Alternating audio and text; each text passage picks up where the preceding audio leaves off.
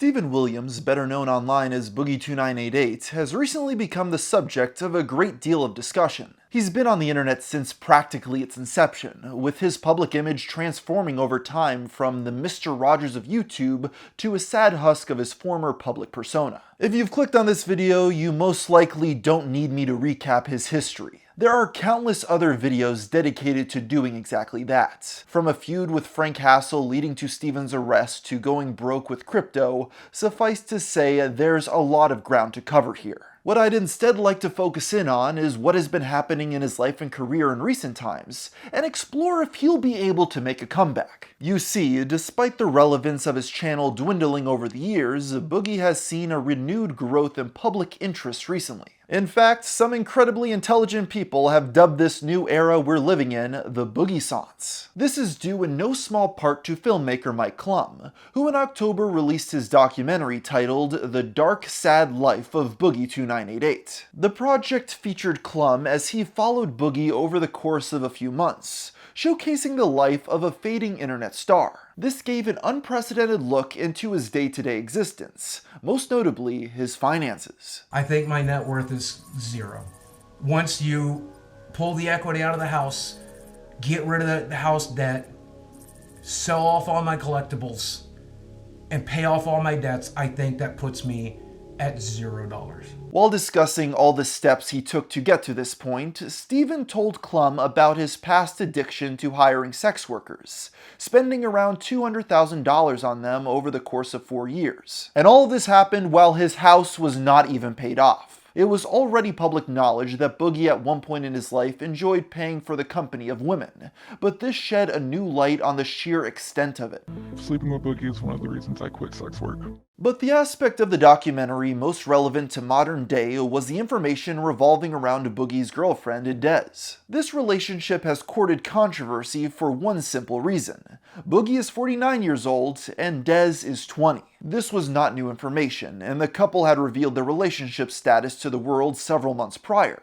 But this spawned a new wave of scrutiny that would soon come to haunt them. In the days leading up to the documentary release, Boogie was incredibly outspoken about his excitement for it, posting multiple videos and countless tweets on the subject. He seemed to view it as an opportunity to own up to everything he had done wrong in his life and start anew, free from the baggage and turmoil he had struggled with for years. And when it was uploaded, it certainly did put his name back into the mouths of many internet users, earning over 4 million views as of the time of writing. Along with this fresh start came a new business opportunity. For years prior to this, the controversial online personality Keemstar had been trying to launch a podcast dubbed Lolcow Live, which would bring together a team of widely mocked figures of the internet as well as the people who documented them for weekly discussions. Of course, Boogie was one of the chosen hosts. After multiple false starts, the show was finally set to premiere in November. But this would not come without one final hurdle. Around this time, the contents of a private Twitter group chat containing Keemstar as well as another one of Lolcow Live's contributors, Muda, was leaked. Specifically, this DM contained a conversation about Boogie's relationship, with people claiming he had told them privately that Des had actually just turned 18 when they met. Steven did not take this lightly, making several now-deleted tweets directed at Muda, accusing him of spreading misinformation and claiming that he had never said his girlfriend was anything but 20. Muda did not take this kindly, saying he had merely been responding to what other people were talking about and doubling down on the idea that Boogie lied about Des's age. The two continued their conversation over DMs, but things soon escalated, prompting Muda to release a video responding to all of the drama.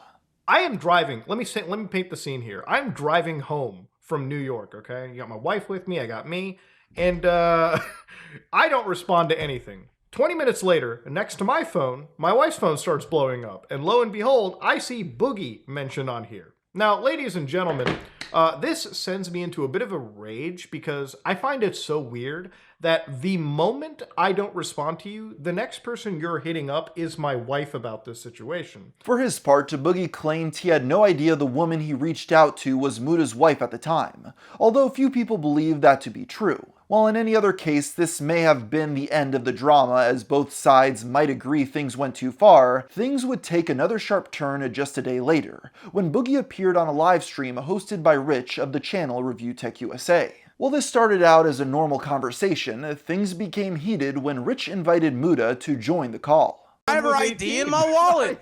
I know how old she is. You literally just She's lied not. She's so 20 hard. years old. And now you're so mad that you got caught in this lie. It's Because not a lie. It's on your Twitter feed right now. Yeah, Go check your Twitter feed right now. I'm looking Go at it. check your Twitter feed right now. It's on there right now. As the argument raged on, viewers noticed Keemstar in the live chat angrily trying to get Boogie to stop talking so he could save it for their show. Steven eventually left the stream, but in Keem's mind, the damage had already been done.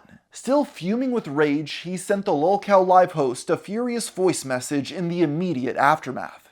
Fuck you and your stupid fucking head. Your fucking retarded fucking head. I talked to you before you went on. In my other group chat, people were like, oh, Boogie's calling into Rich. I fucking called you. We spoke. I said, don't give Rich the tea. Your exact words to me were, oh, I'm just going to go on there and tell him I'm busy, right? So you call into Rich, you tell him I'm busy. He starts milking you. You start answering every fucking question because you're an attention fucking freak. And then you have a face-off with Muda on Rich's stream. Yeah, obviously I fucked up. I was just going to go there to promote the show. I didn't know Muda was going to come in there and pull his shit. I should have left when Muda showed up. Clearly unsatisfied with this apology, Keem then demanded Boogie get down on his hands and knees to apologize for giving away Lolcow live content on Rich's stream. Surprisingly, he did exactly that. I'm sorry, Tommy C. I'm sorry, Daddy Keemstar. I'm sorry, Nicholas Di Fiorio. I don't know how to pronounce him. I'm sorry, Jordy. I'm fucking sorry. It was fucking stupid of me to go on Rich's fucking show and give away the fucking storyline. I'm a fucking attention hog piece of shit. Despite all of this friction between the host and producer of the show before a single episode had even aired, Lolcow Live eventually released with Boogie still involved, and they continue to upload new installments regularly. Time will tell how long this will last, but given the track record of the people in front of the camera, it certainly has more legs than many people expected. The former Mr. Rogers of YouTube certainly does seem motivated to use the show as a platform to pay off his many debts. On the subject of his finances, Steven also recently appeared on an episode of Caleb Hammer's series Financial Audit, in which they sat down and talked in depth about his relationship with money. During their conversation, Boogie brought up another purchase that he made several years ago that left Caleb dumbfounded. Okay. We'll get to the dumb purchase soon. Yeah, the dumb purchase was a dog. Well, I have 2 dogs. They're great. I spent way too much on a dog. How much? He's a purebred miniature poodle, Sure. which generally would cost you about $3,000 to $3,500. Okay. I bought him in a pet store, so I paid $5,000. How much money did you have at the time? Oh, about $180,000 in the bank. Oh, Yeah. that's okay. But again, I was in the mind that I needed to build maybe. credit, so I took out a loan. What the f? Is that the personal loan? Yeah, that's the personal loan. Dude, you're killing That's the that's the loan. But Caleb was at least able to get through to Boogie enough for him to realize that he should use some of the 100k he has in Magic the Gathering cards and crypto to pay off the smaller lump sum debts that have continuously been making his financial situation a catastrophe. In addition to the podcast, Boogie has also made a vow to talk about drama significantly less on his YouTube channel, choosing instead to focus more on gaming news like he did back in the old days. I actually like this idea because I remember subscribing to him all the way back in 2009 as a kid for his gaming content. While he still makes occasional videos about internet gossip, he seems to mostly have stuck true to his word, and the views, while not amazing, seem to be enough to at least keep him afloat for the time being. There's been a lot of talk of Steven getting a real job, but the more I think about it, the more I believe he has the ability to get out of this hole if he could just buckle down for a bit. For one, his main channel should focus on daily uploads of concise pieces of content surrounding gaming/pop culture news. He can A/B test many different subjects, and when one pops off, he can add that to an ongoing niche to cover.